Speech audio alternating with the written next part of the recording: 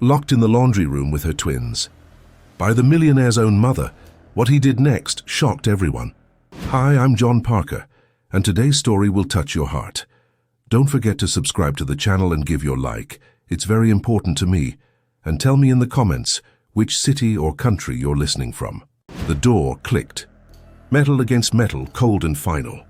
Ivy Collins pressed her back to the washing machine as Caleb and Jonah, barely 3 months old, burst into frightened cries that echoed against tile and steel.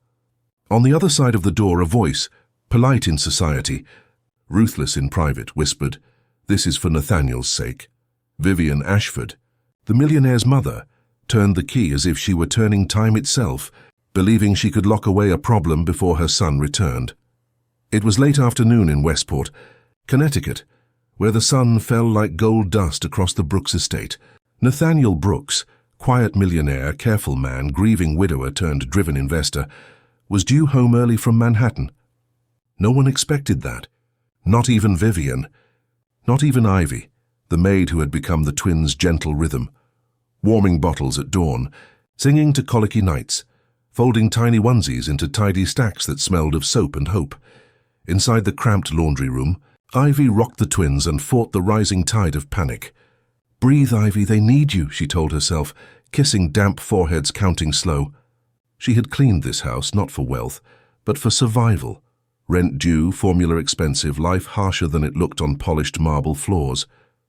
The washing machine hummed a useless lullaby. Somewhere in the hallway, heels retreated with the poise of a woman who had never been told no. Vivian didn't hate children. She hated risk. In her world of legacy dinners and whispered boardroom plans, a maid with infants threatened order. Rumors grow like ivy on old walls, and she had fed them carefully. Ivy is not who she says she is. Ivy isn't safe for Nathaniel's future. She believed that family secrets deserved curation, not exposure. She believed that betrayal always came dressed as gratitude. But Nathaniel was already on the Merritt Parkway, sleeves rolled, tie loosened, the day's negotiations still ticking in his jaw. He had learned to see patterns in crowded spreadsheets, in shifting markets, in people. And lately he had noticed a different pattern. The house that used to swallow his footsteps now paused when Ivy hummed to the twins. A home that had felt like a museum breathed, just a little when she was there. It wasn't love, he wouldn't allow that word. It was stillness. It was the sound of small boys learning to trust the world again. The door handle rattled. Ivy dared to try it once, twice, nothing. She whispered to the babies, "Caleb, Jonah, Mommy's here." She wasn't their mother, not by blood, but grief had taught her a language that babies understand. Steady arms, a steady voice, a steady heart when everything else trembles. She slid to the floor, shoes against tile, back against cool plastic, and began a soft melody she used on the hardest nights. Her throat tightened. Her eyes burned. She kept singing. In the foyer, Vivian composed herself in the mirror, smoothing every hair into obedience. The Brooks name had survived scandals, market crashes, even funerals. It would survive a Maid sudden influence. She rehearsed the line she would use if Nathaniel asked about crying. "I heard them fussing. Ivy must have stepped out. I took charge." Authority sounded noble when wrapped in maternal concern. The garage door opened. A car door shut. Footsteps, Nathaniel's cadence, moved across the slate. Vivian's heart quickened, but her posture did not. She planned to redirect, to offer tea, to distract him with a quick story about a foundation gala. She did not plan on a sound that cut through every strategy like glass. 2 infants crying in sync, not fussy but afraid. Nathaniel frowned. "Where's Ivy?" "In the laundry," Vivian said evenly, as if it were nothing. "I'll fetch her." But Nathaniel didn't wait. He followed the sound down the hallway where light narrowed and air cooled. The door was half shadow, the lock bright. He tried the handle, stuck. He heard a voice from the other side, low and breaking, and something inside him, something he hadn't felt since the days he paced hospital corridors, snapped awake. "Ivy, are you in there?" A beat. Her answer, thin but steady. "Yes, Mr. Brooks, please, the babies." He didn't ask who locked it. Not yet. His hand flattened against the wood, reading the tremor of fear as if he could measure it. "Step back," he said, voice calm, body coiled. He looked to Vivian, who had followed, face perfectly arranged. "Where's the key?" She blinked. the single stutter in a life of perfect timing. I thought it best to— The key, Mother. No anger. Just an iron edge that sent old portraits quivering in their frames. Keys clinked in her palm. Metal touched his. The lock turned with a reluctant cough. Nathaniel opened the door and the world narrowed to one image. Ivy on the floor, hair loose, cheeks tear-bright. Caleb and Jonah scarlet with panic and reaching for air. Not a scandal. Not a scheme. A human emergency. He knelt. Give me one. His voice shifted from boardroom to bedside in a breath. She placed Jonah in his arms. The baby's crying hit Nathaniel's chest and rewired something that grief had left tangled. He rocked on instinct, catching the rhythm Ivy had been keeping alone.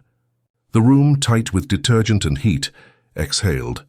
Behind them, Vivian stood in the doorway, the shape of authority now outlined by doubt. Power in this house had always worn her silhouette, but power, Nathaniel realized, should look like protection, not control. He looked up. Meeting his mother's eyes across the threshold, that divided two versions of their family. The old one, silent, curated, and the new one, messy, loud, painfully alive. We're going to talk, he said, his voice low enough to keep the twins from starting again, and nothing will ever be done this way in my house again. What he did next would split the Brooks estate into loyalties and truths, and turn a locked door into a keyhole through which every secret would have to pass. Ready for what he would discover? Nathaniel did not sleep that night. The echo of his mother's key turning in the lock chased him through every corridor of the Brooks estate. He had faced boardroom betrayals worth millions, but nothing compared to the betrayal carried out within his own home. Ivy had settled Caleb and Jonah in the nursery, their tiny chests finally rising and falling in rhythm, but her eyes still carried the weight of hours spent in that dark laundry room. Downstairs, Vivian Ashford poured herself a glass of wine, her movements precise, deliberate, as if she could erase what had happened by controlling every gesture. She had always believed her son was a man of order, not of heart. But Nathaniel's silence that evening unsettled her. I did what needed to be done, she murmured, more to herself than anyone else. A maid with 2 children must not interfere with your future. But Nathaniel wasn't listening. He was in the library, staring at his father's old pocket watch on the mantel. Time, his family's legacy, had been turned into a weapon against an innocent woman and her children. He remembered Ivy's trembling voice on the other side of that locked door. Please. The babies. And it replayed in his head like a wound that wouldn't close. The next morning, Ivy appeared in the kitchen before dawn, wearing the same uniform she had worn the day before. The faint smell of detergent still clinging to her sleeves.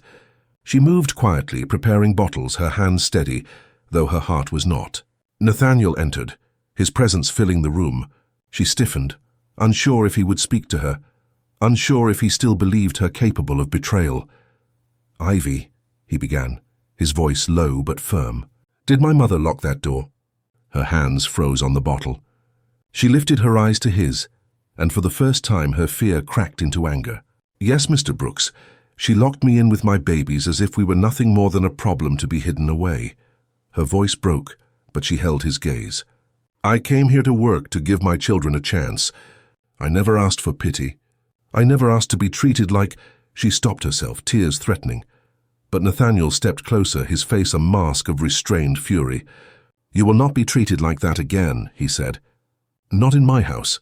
But in the shadow of that vow lingered doubt. Vivian Ashford had ruled the Brooks estate for decades. Her power did not fade because of one confrontation. And already she was plotting. Later that day, while Nathaniel left for Manhattan, Vivian walked through town, her pearl necklace gleaming against her dark coat. At the cafe, she leaned close to Mrs. Dwyer, the florist's wife. It's such a shame, she whispered, voice dripping with false sympathy. Nathaniel is too trusting. That girl, what's her name? Ivy, she carries secrets.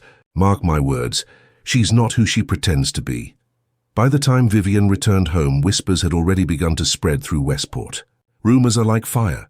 Small sparks in the morning can become an inferno by dusk. And Ivy, unaware, simply held her twins tighter, as neighbors glanced at her with suspicion when she walked into the pharmacy.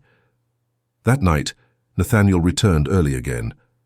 He found Ivy outside on the porch, Caleb nestled against her chest, Jonah asleep in a basket by her side. The stars above were faint, swallowed by city glow, but the sound of Ivy's soft humming cut through the dark. Nathaniel stood in the doorway watching. He realized then that what his mother called weakness, he saw as strength. But just as his resolve began to form, the house whispered with new tension. For secrets locked behind closed doors have a way of seeping through cracks, and Vivian Ashford had no intention of surrendering her control. Nathaniel would soon be forced to choose between the empire his mother had built around him and the fragile, luminous hope he found in Ivy Collins and her twins, and the choice he made would set fire to everything they thought they knew. The following morning brought a brittle calm to the Brooks estate. The winter light filtered through tall windows, turning the marble foyer into a stage where silence was the only actor. Ivy moved through the house with quiet efficiency, her blue uniform freshly washed, her hair pulled back tighter than usual. To anyone looking, she was just the maid, tidy, disciplined, invisible. But behind her composure, her heart trembled. Every creak in the hallway, every click of Vivian's heels reminded her that safety was fragile, easily shattered.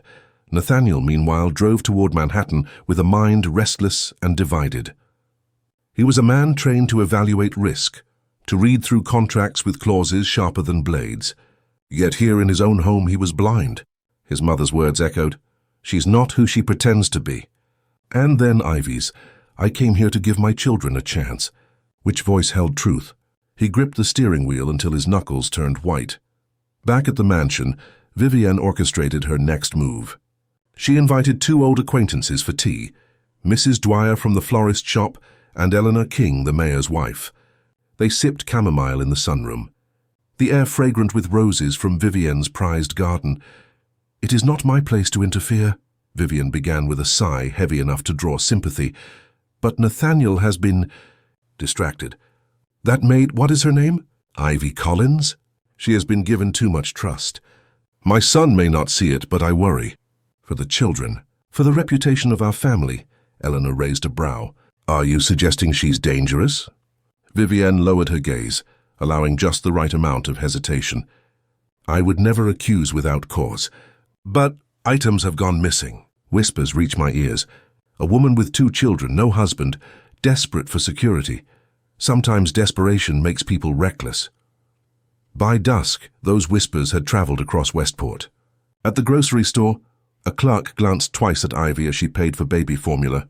At the pharmacy, a neighbor greeted her with stiff politeness, eyes flicking to Caleb and Jonah with pity disguised as suspicion. Ivy felt it like a draft under the door, subtle, cold, inescapable. That night, as she rocked Jonah to sleep, she whispered to herself, "Don't cry." Not here, not where they can see. Yet the tears came anyway, quiet and hidden in the baby's hair. Nathaniel returned later than usual, his briefcase heavy, his shoulders heavier. He found Ivy in the nursery, a lamp casting soft circles of light. She sat in the rocking chair, Jonah asleep in her arms, Caleb cooing in the crib. She looked up, startled, as if expecting accusation. "Good evening, Mr. Brooks," she said softly. Nathaniel lingered at the doorway. "Have you had any trouble today?" Her lips parted, then pressed shut. Should she tell him about the glances, the whispers, the way Mrs. Dwyer's smile had vanished when she walked past the florist window? No, if she spoke, it would sound like self-defense. And self-defense in a house ruled by suspicion too often looked like guilt. "Nothing unusual," she lied gently, stroking Jonah's hair. Nathaniel stepped inside, resting a hand on the crib rail. He studied Caleb, his small fist curled tightly around a blanket. "You're good with them," he said quietly. Ivy blinked, surprised. "They're good boys." He turned to her then, his eyes tired yet burning with something unspoken. "Ivy, if you ever feel unsafe here, you must tell me." Her heart pounded. Did he know? Did he suspect? She nodded, but the words caught in her throat. "Yes, Mr. Brooks." As he left the nursery, Nathaniel's reflection in the hallway mirror betrayed the truth. He no longer trusted his mother completely.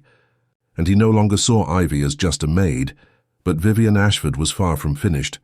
In her study upstairs, she wrote a letter by hand, a practice she reserved for matters of gravity. The letter, folded neatly, would find its way into the right hands by morning. Its contents were clear, damning, and entirely false. Accusations of theft, of deceit. of a woman manipulating her employer. For Vivian believed that power was not in truth, but in who could write the story first. And Ivy Collins was about to discover that sometimes the cruelest betrayals are not shouted in anger, but whispered in ink. The letter arrived at Nathaniel's law firm the following afternoon, slipped into his morning stack of correspondence. It bore his mother's flawless handwriting on the envelope, ink black and strokes deliberate, the kind of penmanship that spoke of discipline and control. Nathaniel paused when he saw it, uneasy. Vivian rarely wrote letters anymore. She preferred commands delivered in person. He broke the seal. Inside, her words spilled like poison disguised as care. Nathaniel, my beloved son, I must warn you. The woman you trust in your home is not who she pretends to be. Ivy Collins is cunning. She has woven herself into your life with her children as shields, but I fear her intentions. Already whispers spread in town. They say she has taken things that are not hers, that she is searching for someone wealthy enough to secure her future. For the sake of our family name, you must let her go before damage is done. You may be blinded by pity, but I cannot stand by and watch you be ruined. Nathaniel folded the letter slowly, his jaw tight. He had represented clients who'd tried to sway judges with half-truths, who had cloaked malice in concern. He knew the tone well. His mother's tone was no different. Still, the doubt gnawed. What if Ivy was deceiving him? Could desperation drive even the kindest heart into shadow? That evening, when he returned home, he found Ivy in the kitchen, sleeves rolled, hair loose from the day's work. Caleb sat in a basket on the counter, gurgling happily while Jonah clung to her shoulder. The sight struck him with an ache he couldn't name. This looked like family, not pretense, and yet his mother's words echoed like a verdict. Ivy, he said, his voice firmer than intended. She turned, startled. Have you ever taken anything from this house? Her face went pale. The baby on her shoulder shifted uneasily, sensing her tension. No, Mr. Brooks, never. You're sure? His tone pressed like cross-examination in court. Tears welled in her eyes, but her chin lifted. I swear on Caleb and Jonah's lives, I've never stolen from you. The conviction in her voice pierced him, but his training in suspicion kept him silent. He wanted to believe her, yet he heard his mother's warnings like ghosts behind him. Vivian chose that moment to enter, her timing perfect as always. She glanced at Ivy, then at Nathaniel. Has she explained herself? She asked calmly, as though the verdict was already written. Ivy looked between them, horror dawning. Explain what? That you don't belong here, Vivian said coldly. That you're using my son. That you locked yourself into this family with those children and— Enough, Nathaniel's voice thundered, startling even himself. He had never raised it to his mother. Silence fell. Ivy clutched her babies closer, her eyes wide. She whispered almost to herself, Why are you doing this to me? Vivian's lips pressed thin. Because you are a threat. The room froze under the weight of her words. For the first time, Nathaniel saw his mother not as a guardian of the family name, but as an executioner of anyone who dared step too close. Later that night, when Ivy lay awake listening to her twins breathe, fear clawed at her chest. She had endured poverty, loss, and sleepless nights, but this silent war felt insurmountable. And yet she resolved one thing: she would not leave quietly. Not when her children's future was at stake. For Ivy Collins had secrets of her own. Secrets she had buried deep. Secrets that, if revealed, would change the Brooks family forever. And in the shadows of the grand estate, truth waited like a storm on the horizon. The storm broke not with thunder but with whispers. 2 days later, Ivy walked into town with Caleb and Jonah bundled in their stroller. The winter air bit at her cheeks, but the sting of neighbors' stares hurt far more. At the bakery, conversations hushed when she entered. At the post office, Mrs. Dwyer glanced away as if Ivy were invisible. Word had spread. Nathaniel Brooks's maid was not to be trusted. Ivy kept her chin high, but inside panic churned. She had built her life around silence, never revealing where she came from, never speaking of the father of her twins, never allowing herself to lean on anyone. But now her silence was being weaponized against her. If she said nothing, the lies would win. If she told the truth, the past might shatter everything. That night when Nathaniel returned home, he found Ivy in the nursery, staring into the crib with hollow eyes. Caleb slept soundly, but Jonah whimpered in his dreams. Nathaniel lingered at the doorway. torn between his mother's constant warnings and the undeniable sight of a woman holding on by threads. "Ivy," he said gently, "I need you to tell me the truth. Where do you come from? Who were you before you came here?" Her breath caught. For a moment she considered lying, offering him the version that would protect her dignity. But something in Nathaniel's gaze, an exhaustion, a need for honesty, broke her restraint. "I wasn't always Ivy Collins," she whispered. "Before Caleb and Jonah, I was Ivy Harrison. My father was Michael Harrison, a mechanic in Bridgeport. My mother died when I was young. I married at 19, a man who was supposed to save me." Her voice trembled, but she forced herself to continue. "He was charming until the day the twins were born. Then the charm became fists and the promises became chains. One night, I took my babies and left with nothing. I changed my name to protect them. I came here because I heard the Brooks estate hired without questions. All I wanted was a chance." Nathaniel's chest tightened. He had cross-examined countless witnesses, but never had truth sounded so raw, so dangerous in its simplicity. "I didn't steal from you, Mr. Brooks," Ivy said, tears brimming. "I'm not trying to trap you. I just wanted to survive. To give them," she gestured toward the crib, "a life without fear." Nathaniel opened his mouth, but footsteps echoed in the hallway. Vivian entered, her expression sharp as a blade. She had heard enough. "So it's true," she said, her voice icy. "You're not even who you claim to be. A runaway, a liar. You think you can hide in my son's house with your sob stories and your children?"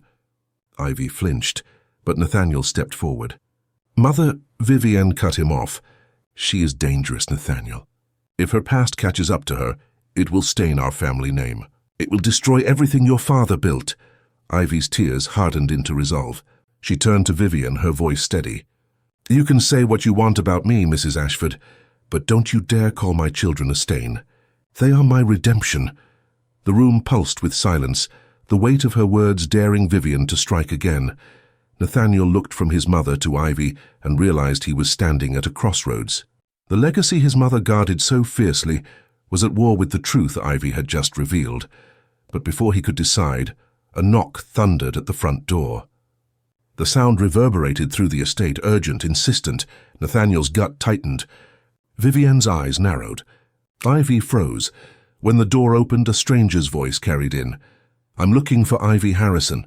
The past had found her, and it had come to the Brooks estate. The stranger stood in the doorway, a man in his late 30s with a worn leather jacket and a jawline that hinted at too many bar fights. His presence carried the smell of gasoline and cigarettes, the kind of scent that clings to someone who's lived more in garages and bars than in homes. His eyes darted past Nathaniel, scanning the marble foyer until they landed on Ivy. "Ivy Harrison," he said, his voice rough, familiar, chilling. "Or should I say, Ivy Collins now?" Ivy's breath caught. Her arms instinctively went around Caleb and Jonah, who had begun to stir from the commotion. "Ethan," she whispered. The name alone tasted like blood on her tongue. Vivian's lips curled into a sharp smile. "So the truth arrives at our door." Nathaniel frowned. "Who is this man?" But Ivy could not answer. The words refused to form. Ethan stepped closer, ignoring Nathaniel's imposing stance. "I'm her husband," he declared, "and she took what's mine, those children. My boys." The room cracked with tension. Nathaniel's chest tightened as he glanced at Ivy, searching for denial, for explanation. Her face, pale and trembling, confirmed the worst. She had run from him, not widowed as he had assumed, but fleeing a living nightmare. "They are not yours," Ivy said fiercely, her voice trembling but unbroken. "So you lost the right to call yourself their father the night you raised your hand against me." Ethan's jaw tightened, his voice low and venomous. "You were nothing without me. And you think you can hide behind some millionaire's walls? You think these people will save you?" He sneered, casting a glance at Nathaniel. "Ask your rich employer if he knows he's sheltering a fugitive wife." Vivian gasped, delight and vindication in her tone. "Nathaniel, you see? She deceived us all. She's nothing but trouble." But Nathaniel didn't move. His legal mind was already spinning, passing through the implications. Ivy had not lied about leaving Ethan. She had withheld the truth. A dangerous truth. Another threat stood on their doorstep. "Get out," Nathaniel said, his voice calm but resonant. Ethan smirked. You think money scares me? I want my family back. And I'll get them, with or without your permission. Ivy's knees nearly buckled, but she clutched her twins tighter. Tears slid down her cheeks as she whispered, "Please, Nathaniel, don't let him take them." Nathaniel turned to her, and for the first time, he spoke not as her employer, but as her protector. "He won't touch you. Not while I'm here," but Ethan wasn't finished. He leaned in, his eyes locking on Nathaniel's. "We'll see about that. Courts listen to husbands, not maids, especially husbands with proof." He tapped his jacket pocket, where papers rustled. A marriage certificate, perhaps, or worse. The promise of a battle bigger than locked doors and whispered lies loomed over them.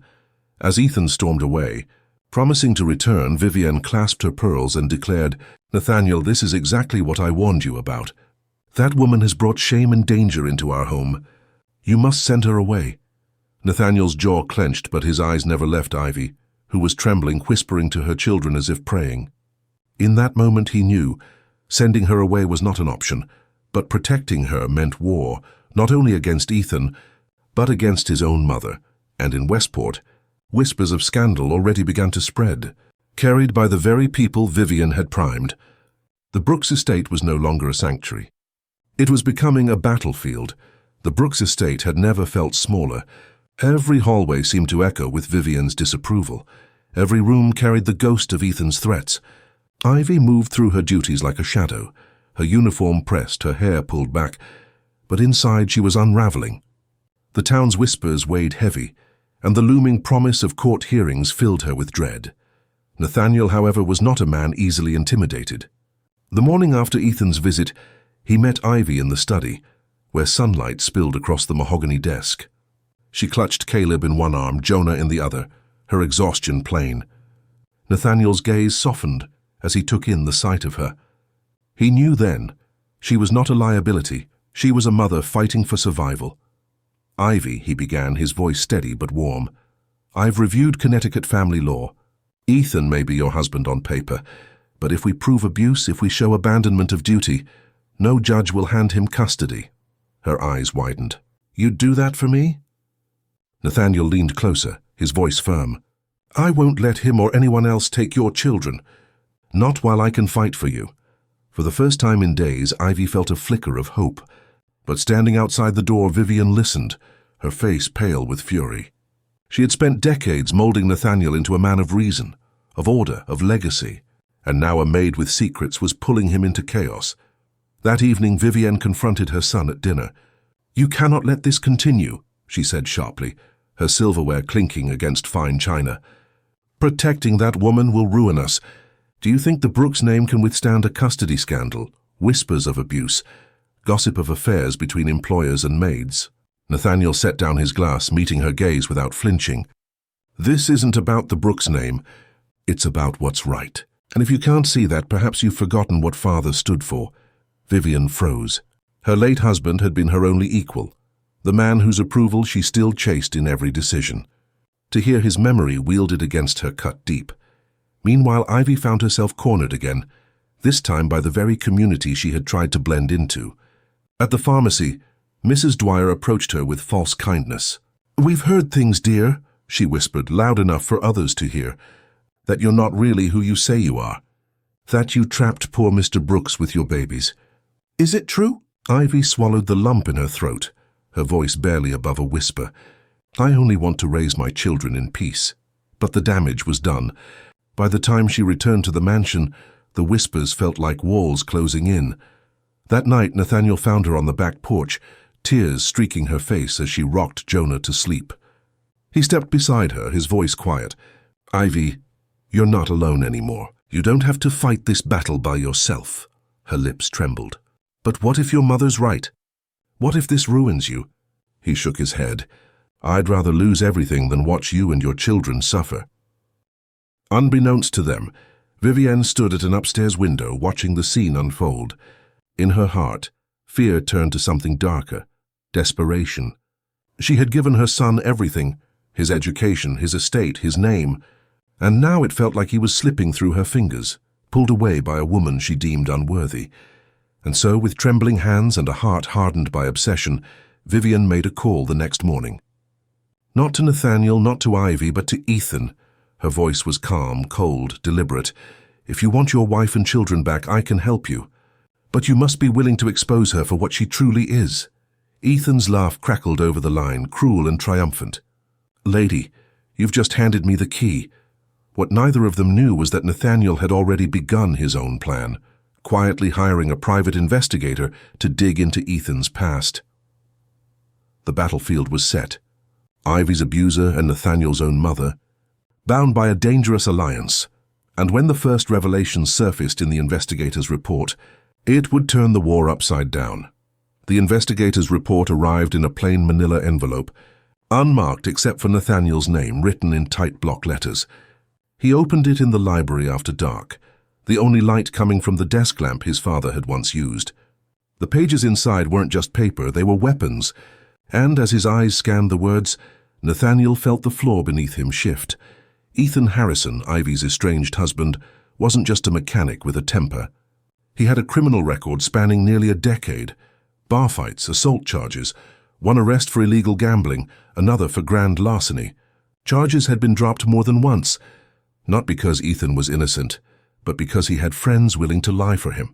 He was a man who thrived in shadows, who manipulated fear the way others breathe. But the most damning detail came at the end of the report.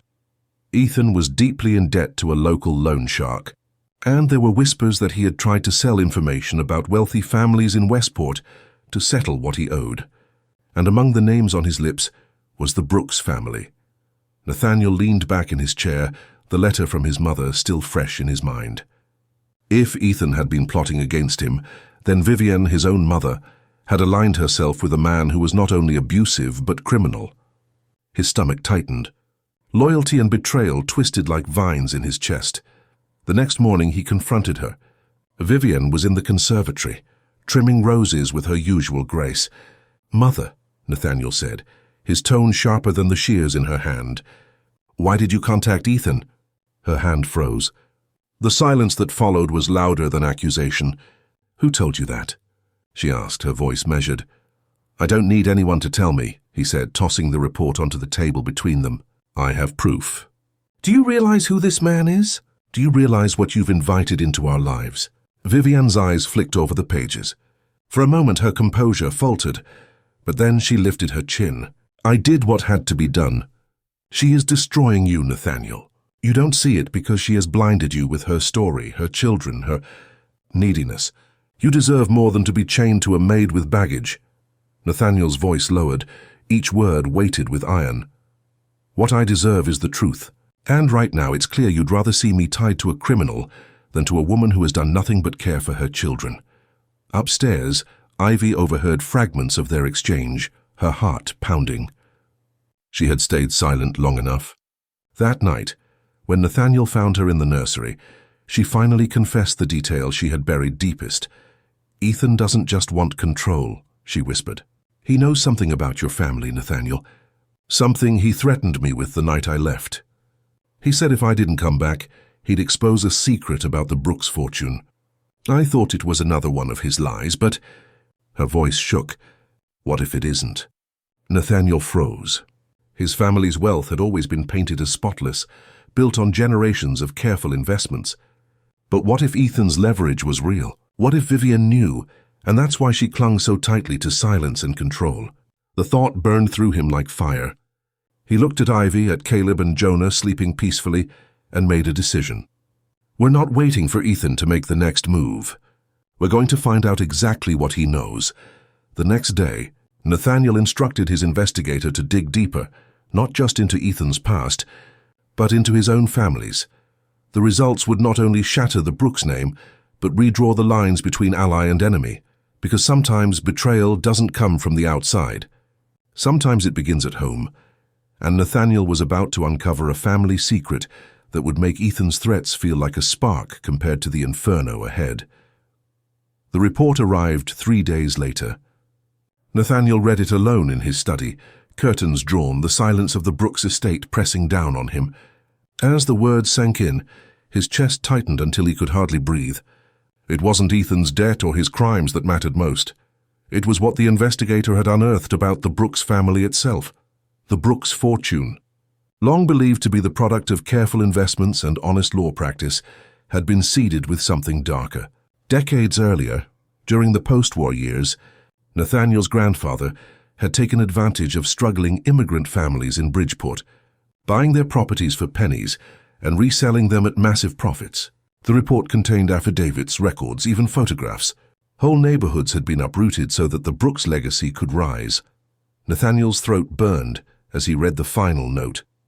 Some of these families still live in Westport, and remember, Ethan Harrison had approached one of them, seeking confirmation. So Ethan's threat hadn't been a bluff, it was the truth. And Vivian had known all along. When Nathaniel confronted her that evening, she was in the parlor, sipping tea as if the house wasn't trembling under the weight of its secrets. "You kept this from me," he said, his voice low, dangerous. Vivian set down her cup, her hands perfectly steady.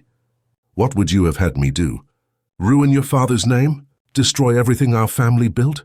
Sometimes, Nathaniel, the truth is a luxury the powerful cannot afford. His fists clenched. "You aligned yourself with Ethan. You were willing to hand Ivy and her children to a man like him just to keep this buried." Her gaze sharpened, unrepentant. "I did what was necessary. That woman, she is not your future. She is your weakness." But even as she spoke, footsteps echoed in the hallway. Ivy stood in the doorway, Caleb and Jonah asleep in her arms, her eyes glistening with tears she had no strength left to hide. She had heard everything. "You let me suffer," she whispered, voice breaking. "You let me believe I was the stain on this house, when all along it was your secret poisoning everything."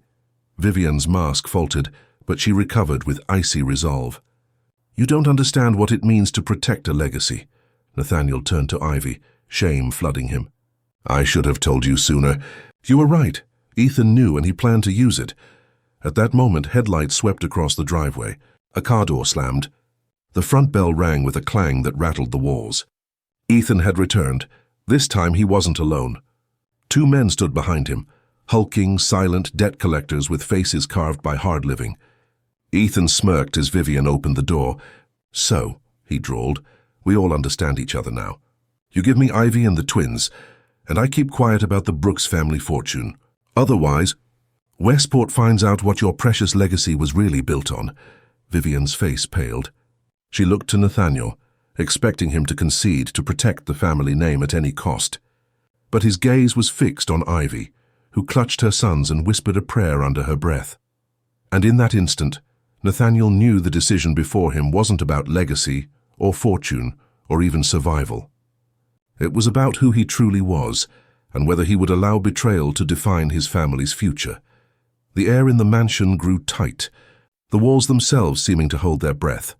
Nathaniel stepped forward, his voice steady, unshakable. "If you think I'll sacrifice them to protect a lie, you don't know me at all." Ethan's smirk faltered, just for a moment. The battle lines were drawn and the next move would determine everything. The foyer became a crucible of fear and fury. Ethan stood tall with his men behind him, their shadows stretching across the marble floor. Ivy clutched Caleb and Jonah closer, her body trembling yet unyielding. Vivian hovered near the staircase, her pearls trembling against her throat as if even they knew her empire was about to crack. And Nathaniel. He stood between them all, a wall of resolve. "Step aside, Brooks," Ethan snarled, his voice dripping with arrogance. "Those kids are mine. And she," he pointed a jagged finger at Ivy, "belongs to me. You hand them over and I walk away. Otherwise, the whole of Westport will hear exactly what your father did to build this fortune." Nathaniel's jaw clenched, but his voice was calm, deliberate, the same voice that had dismantled countless opponents in court. "You've made one mistake, Ethan. You think secrets give you power, but power comes from truth, and I'm done living in lies." He pulled his phone from his pocket, swiping once before turning the screen toward Ethan and his men. A red recording dot glowed. "Everything you've said tonight is now on record. Your threats, your demands, your attempt at blackmail. Try to take another step in this house, and I'll see you in prison for the rest of your miserable life." Ethan's smirk faltered, but he sneered, trying to regain control. "No one will believe you. I've got witnesses." "They won't need witnesses," Nathaniel cut in, his eyes sharp as steel. "Because I've also got the investigator's report on you. Your debts, your crimes, your record. The courts won't hand you custody of a goldfish, let alone two innocent children." Ethan's men exchanged uneasy glances. The facade of control cracked. And then Ivy stepped forward, her voice trembling but fierce. "Caleb and Jonah are not your property. They are my children, and I would rather die than see them back in your hands." Her eyes burned with a mother's fire, a strength born from years of survival. Nathaniel's voice lowered, each word carrying weight. "Leave this house, Ethan. Leave this town. Because if you don't, I'll bury you in the only thing you fear more than debt collectors: justice." For a long moment, the only sound was the twins crying softly in Ivy's arms.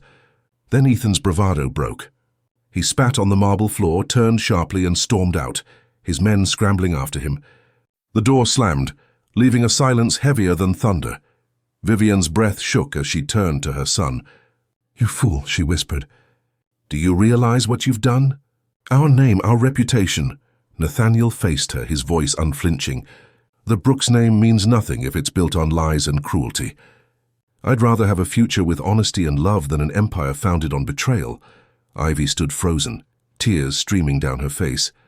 Nathaniel turned to her, his expression softening. "You and the boys, you're safe now. I promise you that." She broke finally into sobs, of relief, of gratitude, of exhaustion. Nathaniel stepped closer, gently taking Jonah into his arms, the baby nestling against his chest as if recognizing a protector. It was in that moment the Brooks estate changed forever.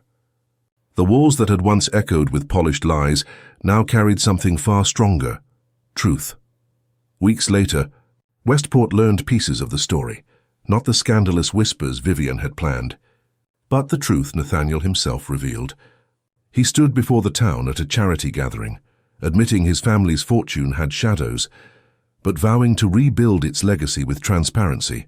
The murmurs of judgment transformed into respect. A man who owned his past had nothing left to fear. As for Ethan, charges were filed. The investigator's report sealed his fate. He was led away in handcuffs, his threats silenced at last. Vivienne, stripped of her power, withdrew to her private wing of the estate. She was no longer the queen of the house, but a woman left alone with her regrets. Some nights Ivy caught her watching the twins from afar, her face unreadable. Perhaps guilt, perhaps longing. But she never interfered again. And in the heart of the mansion a new rhythm grew. Ivy sang softly to Caleb and Jonah, Nathaniel often joining her on the porch after long days, his hand resting gently on hers. The air felt lighter. The house, once a prison of secrets, became a home. Nathaniel spoke the words Ivy had once believed she'd never hear. "You don't have to fight alone anymore. You and the boys, you're my family now." She smiled through tears, whispering, "We finally found our redemption." The past had tried to chain them. Betrayal had tried to bury them. But truth had freed them. And in the quiet that followed, the Brooks estate was no longer haunted by shadows. It glowed with the light of second chances. I'm John Parker. And remember, every story hides a truth. Don't forget to like this video, subscribe to the channel, and leave a comment telling me which city or country you're listening from. Your words help us share these stories with the world.